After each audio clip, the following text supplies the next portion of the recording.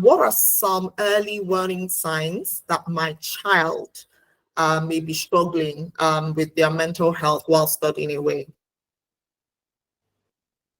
So I can jump in and Frankie can perhaps carry this on. So if we go back to the earlier discussions, you know, it would be the communication from your children. If you suddenly see a change in, perhaps they communicate very often. I mean, actually, as a parent, you know, you want your children to settle and get on. So we wouldn't be expecting your child to be calling you all the time. In fact, if your child is calling you all the time, that's something that we would support you with.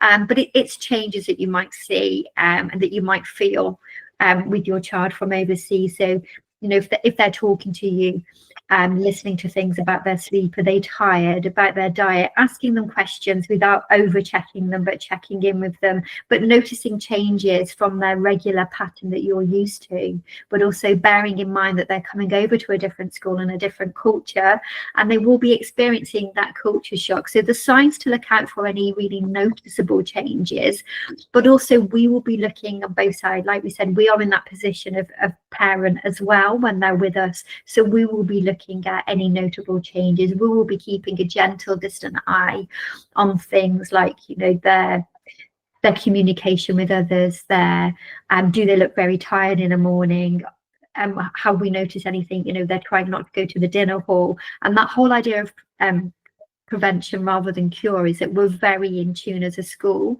to any changes, and we would just need to have that balanced at home and with school, so that between us we are scooping up the child. Frankie, I don't know if you want to add anything. Yeah, I think it is the main thing, is that you're looking for changes in your child. So every child is very different. So it's very easy to sort of write a list and say, well, these are the things to look out for. But one thing that could be very normal in one child is not very normal in another child. So I think some of the most common things are looking out for perhaps when a child becomes a little bit more withdrawn, not enjoying some of the things that perhaps they used to enjoy.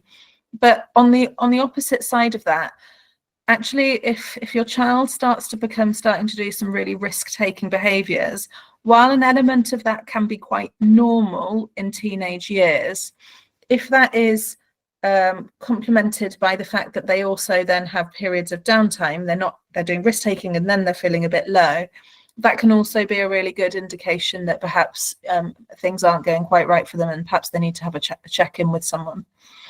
What you will find, though, is that in the vast majority of cases, if you've got a really strong pastoral team in the school, where there's a number of different people that are strongly involved in your child's life, such as having a house parent, a tutor, a wellbeing advisor, that there's a number of people that really know your child well, so they will all start picking up on those things and communicating with each other and communicate back to you.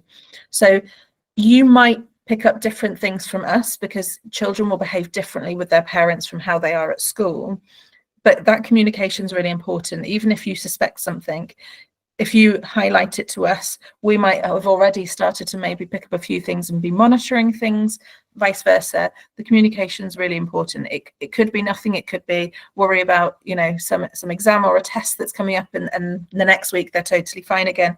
Or it could be something much bigger. So it's the change in the individual that's the biggest key sign that we're looking for. I know Elyse and Franki are not physically with us. They're somewhere in Shropshire in the United Kingdom, but we can set up meetings for you via the link. Parents, we would like to thank you for joining us, taking out of your time to join us. It is my hope that you've been able to take something of value away from the session today. But kindly help me show some love to our speakers, to Elyse Conlon, Director of Admissions at Moreton Hall, and to Franki as well, who is the head of boarding at Moreton Hall. Let's thank them for sharing their time, using their precious rest Saturday to join parents from Nigeria this morning. So thank you so much, Elyse and Franki, and thank you so much, parents, for joining us.